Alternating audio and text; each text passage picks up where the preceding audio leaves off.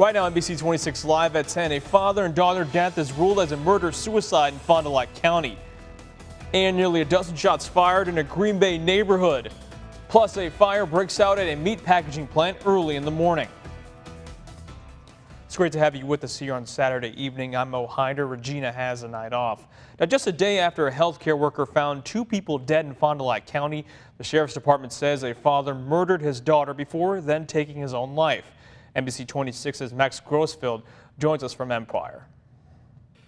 Neighbors I talked to didn't want to go on camera, but they say they were shocked when they heard that deputies had said Mark Whitmore had killed his daughter Julia by strangling her before killing himself with a knife. The Whitmores lived on the 3400 block of Golf Course Drive, about 15 minutes outside of Fond du Lac. That's where deputies say a home health nurse found both the 27-year-old Julia and the 62-year-old Mark.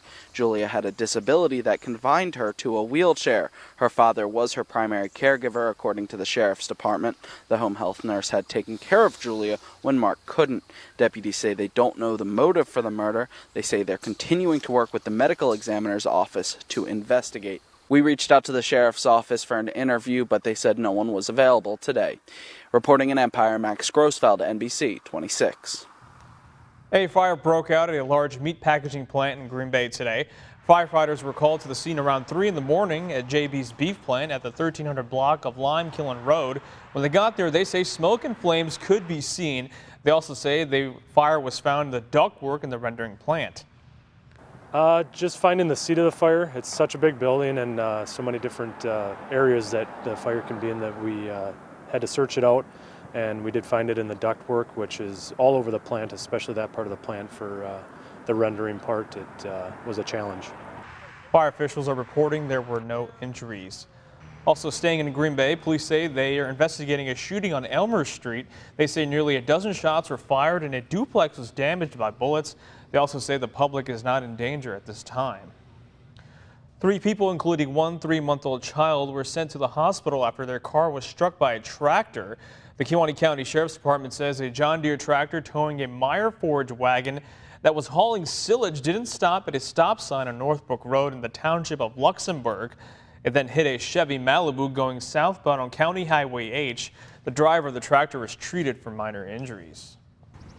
A new report from the U.S. Department of Agriculture shows Wisconsin stays at second in the country for the number of organic farms, despite increasing competition from other states.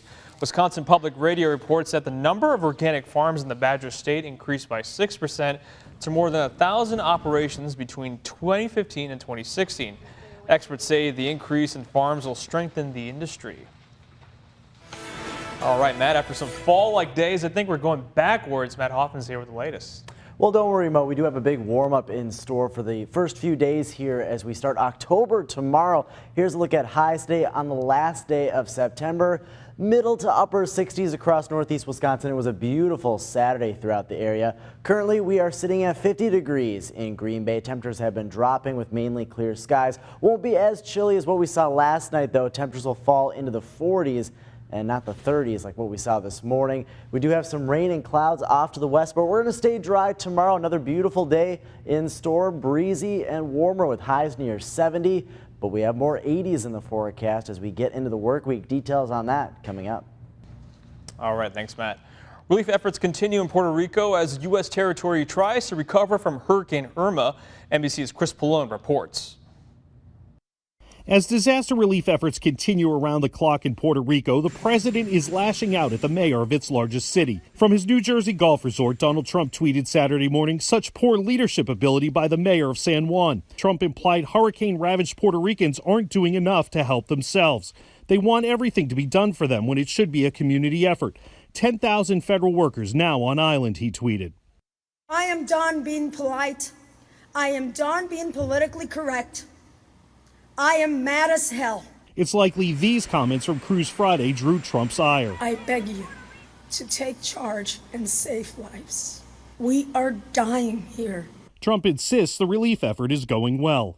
People can't believe how successful that has been. But 10 days after Maria hit, 95% of Puerto Rico is still without power.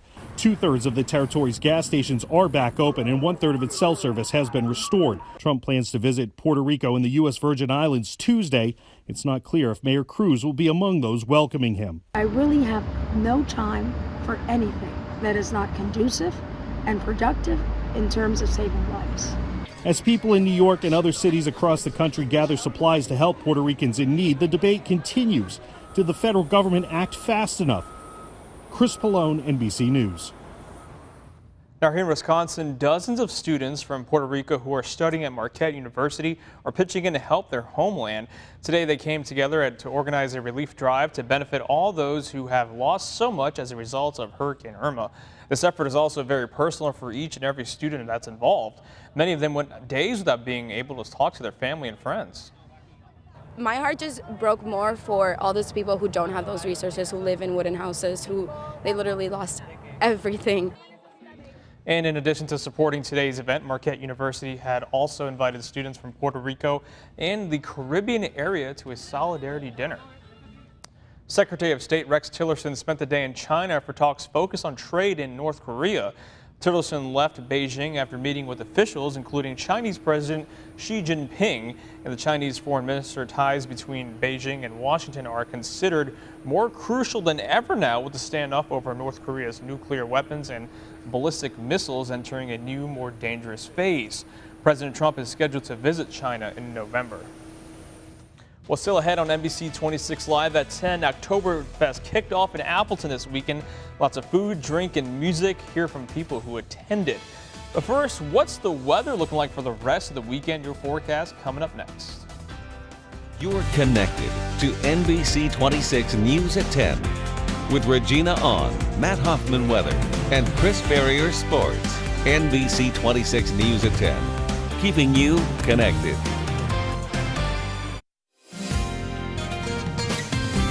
And now, your Storm Shield forecast with NBC 26 meteorologist Matt Hoffman. Here's a look at your weather headlines over the next few days. Warmer and breezy tomorrow on your Sunday, and it's going to get more summer-like in the days ahead, especially by Tuesday, with humidity and highs climbing into the 80s. Then rain and storm chances also in store as we warm things up. Here's a look at current conditions across the area, starting with Green Bay. 50 degrees right now, a south wind at 6 miles per hour.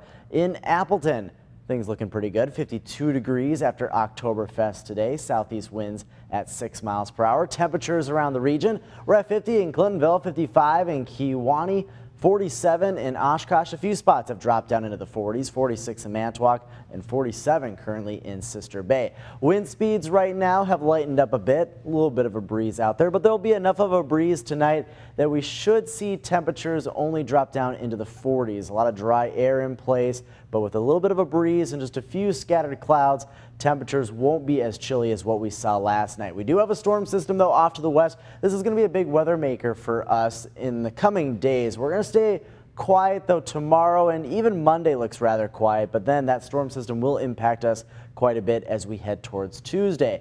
There is warmer air to the west, readings in the 60s, and this warmer air is heading in our direction. Here's what happens. It's going to warm up. Winds will pick up out of the south tomorrow. It's going to be windy Monday and Tuesday, and that will help warm those temperatures up until a cold front comes through and cools us back down for the second half of this upcoming work week. Notice that big rise in temperatures, 80s by Tuesday, and then cooling off back closer to average by the end of the work week. Here's a look at your 24-hour planner. Temperatures falling into the 40s tonight, a few clouds out there. Then tomorrow, sunshine through a good chunk of the day, but there will be some increased clouds as we head late in the day on into tomorrow evening. Notice those temperatures tomorrow night not dropping off as fast. Lows tomorrow night will be in the 50s. Taking a look at the fall color report. If you're going to check out some fall color on your Sunday, taking a drive, looks pretty good up to the north towards Antigo. We are seeing about 50 to 75% of peak color right now. Skycast looking like this as we go through the overnight. Mostly clear skies, maybe a few passing clouds out there tomorrow. Sunshine mixed with a few clouds. We'll see some increased clouds move in, though, as we get late in the day on into tomorrow night. Should be dry into Monday. Could see an isolated shower or storm west of the Fox Valley into your Monday morning.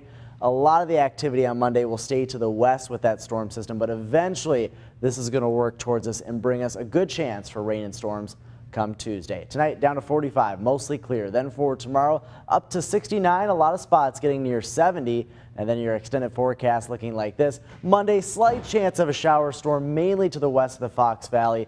Good chance for widespread rain on Tuesday and then cooling down after that. So much consistency. You got rain coming Monday, Tuesday. It was cool last week. Yeah. A lot of changes going on. Yeah, I mean, this is fall in northeast Wisconsin. We get these big fluxes in temperatures, and we're on a roller coaster right now. Always unpredictable. Yes. Always. All right, thanks so much, Matt. Let's still ahead. Oktoberfest kicked off in Appleton this weekend. Lots of food, drink, and music from people who are actually there. Welcome back. It was party time in Appleton today as hundreds packed the city for the annual Oktoberfest. The event started at 9 in the morning at Houdini Plaza. People enjoyed food, music, drinks, and many other activities as well. Those who went say in the midst of all the fun, it's a great way for everyone just to come together. It supports knowing everyone. You can run into people you know, selling your goods and just talking to everyone, knowing that you live in a good community that is open to everyone. It's also a fundraiser for many Northeast Wisconsin nonprofits, making it a fun way to help others. If you think you've had a busy week, check out this nursery at a Kentucky hospital. These are just a few of the 6 sets of twins born here in just 1 week.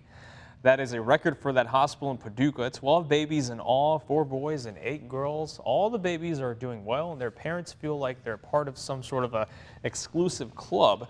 As for the nurses go who work at the hospital, this is what they have to say. A little chaotic, but it's exciting. It's exciting for us to get to experience that with the families and the families getting that joy as well. So everybody gets the opportunity to be doubly blessed. And one thing the babies and the moms all have in common, they're all going to need a lot of sleep. Well, coming up in sports, the NFL dishes out punishment to Bears linebacker Trevathan, and the Brewers put their postseason chances on the line in St. Louis. Those highlights and more right after the break.